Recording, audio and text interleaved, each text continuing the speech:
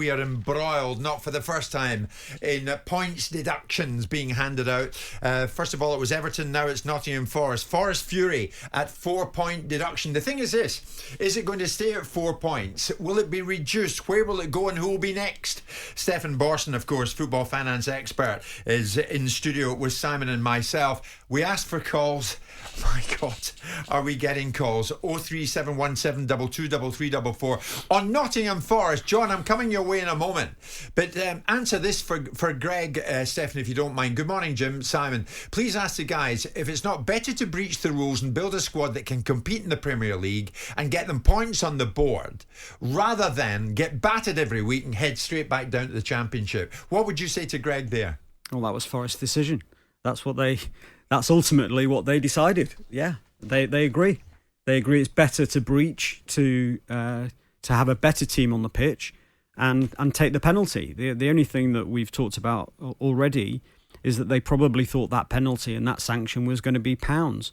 And unfortunately, it's points. And when it's points, it means that your whole calculus of survival in the Premier League goes out the window, because you just don't know what 4 points is going to do to you. Is it going to take Forest down or not? We don't know. Yeah, I mean, Simon, you've been in the position, mate. But it's balanced. You came up with Palace. What would you do? I mean, the same people that would be running the argument would be saying this time last year or 18 months ago, look at Nottingham Forest's profligacy. This owner's lost his mind. He's buying players the manager doesn't want. He's doing things, in a fashion that clearly isn't sustainable. So it's about balance. I mean, he didn't have to spend 170. I mean, everyone that had a brain, with due respect, knew that Jesse Lingard was potentially a very bad purchase for Nottingham Forest. And what did it prove to be? A bad purchase for Nottingham Forest. And these are the guys that are supposed to be in the know. These are the guys that are inside the industry making these decisions. So, with due respect to the competitivity side of things, he goes and spends 130 million quid rather than 170, 180. He pays less wages and does things a little bit more conservatively, and he gets a bloody shirt sponsor like he should have done.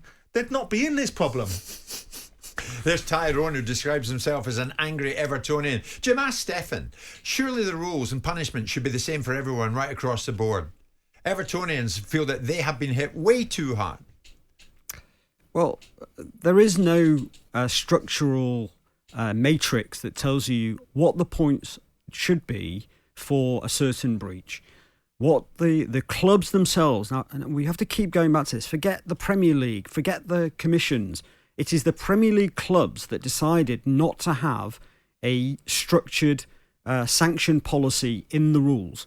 So if anybody's to blame, it's the clubs. Right. Once you get to that point, in fairness to Nottingham Forest, though, those were challenges and decisions that they weren't necessarily privy to because they weren't in the league.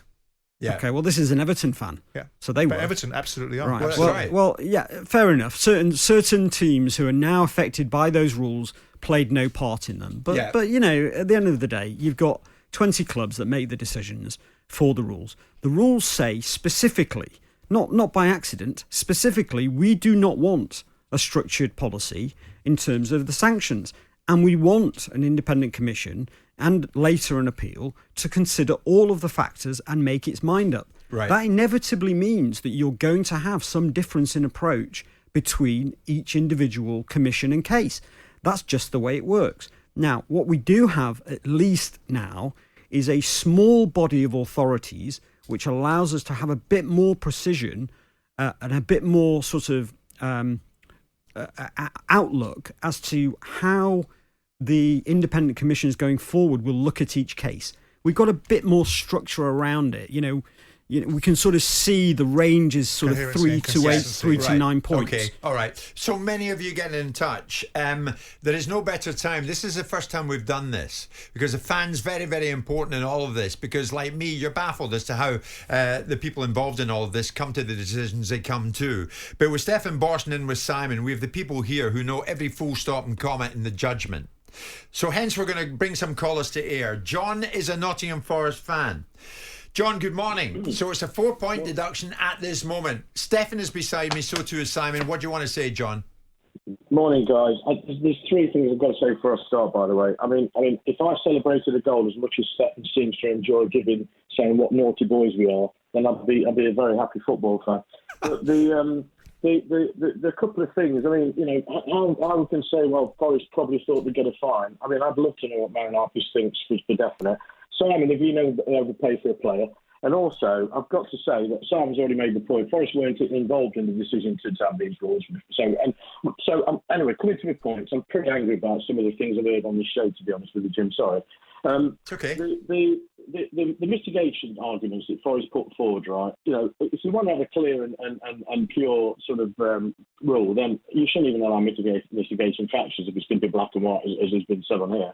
But one of the things that picked out of me, and I've heard Stefan mention this about the sporting advantage. If Forest deemed to have got a sporting advantage, I can't quote you, Stefan. Sorry if I'm saying it wrong for you, but they get points. And yet, on the other hand of things, right, and this was in the Commission concluded that it couldn't treat Forest any different to Fulham and Bournemouth, who came up with parachute payments, as there was no evidence to show that parachute payments had been used to enable those clubs to exist. Is that right, Stefan? What John's saying, is that right? The squad, can I just add, Jim? Sorry. Go on. The squad costs when Forest came up. Let me read this out to you. Forest, value of their squad when they came up, this was before they lost a load of players, 12 million. Bournemouth, 151 million. Yeah. Fulham, 197 million. How have we gained a sporting advantage by being allowed to spend a bit more? John, what a good point. No, that's a heck of a question, which Stefan can come and answer. Well, it's quite simple. The rules were the rules, and the independent commission does not believe that any of these clubs have unique circumstances. Whether you agree with it or not is a different matter. I mean, I'm just telling you what the independent commission found. It doesn't believe that any of these things are a surprise to the clubs. It doesn't believe that any of them build an inherent unfairness to another club. And in essence, it effectively says, well, you're always going to have some difference in the revenue capability of any particular club, just basically because they're all different sized clubs anyway. So just because one team in one season had a parachute and another club didn't, is just one of those things. And it's one of those things that John's got a point. It makes the landscape totally different. Yeah, but nobody said the landscape has to be level. That's a misunderstanding of the rules. These rules are not designed to create a level playing field. But also you must remember, in fairness to the observation, that Fulham or Bournemouth would have gone down with Premier League wages being carried. So they would have also carried a greater wage cost. So whilst they might have an inherent greater cost, greater value in their squad, they've also got a greater cost base. So there are equalisers in that conversation. John's looking at it from one dimension, right? The unfairness of what's happening to Nottingham Forest, rather than the reality of using Fulham and Bournemouth as example, when they've come down with probably a £30 or £40 million bigger wage bill. John, do you accept? And we thank you for your call. And I can tell you're quite emotional about the whole thing. Yeah. The fact of the matter is, John, Nottingham Forest are reaping what they've sown. They're in this predicament. Right, okay. Are they not, John? They're in this predicament because they've made a rod for their own back. Well, I mean, you can't argue the financial figures are over by 34, 35.6 million, whatever. You can't argue that fact, can you? I mean, my point is, some of the points made on here about, rules is rules, suck it and see, and this and that and the other. And people make an argument about, well, Forest went over by 35 million. We're only allowed a 61 million because they're carrying the two. So how can, on one hand, you say you've not got a competitive advantage, it's just one of those things? So would you have been happier to have been sanctioned in the EFL, John? Because you'd have been sanctioned in the EFL. If you stayed in the EFL, you lost £45 million in a season in the EFL. No, Simon, that's wrong. The 2 years in the EFL were within the guidelines. No, you lost £45 million in 21-22. No, we didn't. We didn't. We capitalised that as shares. No, you look at it now. We lost it. We spent 95 million over in the season we're being punished for against a 61 million deficit. We spent 95 million total. Yeah, you lost 96 million, including the 56 million that you lost in the Premier League season. But you lost in 21-22, 45 million quid. You got some allowable adjustments in there, might bring you down to 40.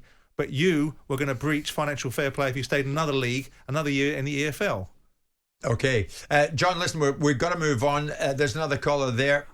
Stefan is spot on. The last caller is wrong. Nottingham Forest broke the rules. Teams like Wolves sold heaps of players to come within the rules. Jim White and Simon Jordan. Monday to Friday mornings from 10. On AM, on DAB, via the talkSPORT app and on your smart speaker. talkSPORT.